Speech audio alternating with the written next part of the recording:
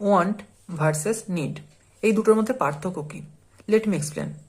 Want desire অর্থে ব্যবহার করা হয়, যেমন I want a new dress.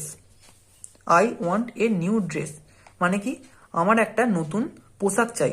অর্থাৎ এখানে ওয়ান্ট যে ব্যবহৃত হয়েছে এটা কিন্তু ডিজায়ার অর্থে ব্যবহার করা হয়েছে, মানে আমার একটা নতুন পোশাকের ইচ্ছে রয়েছে, কিন্তু এটা ছাড়াও আমি বাঁচতে পারবো।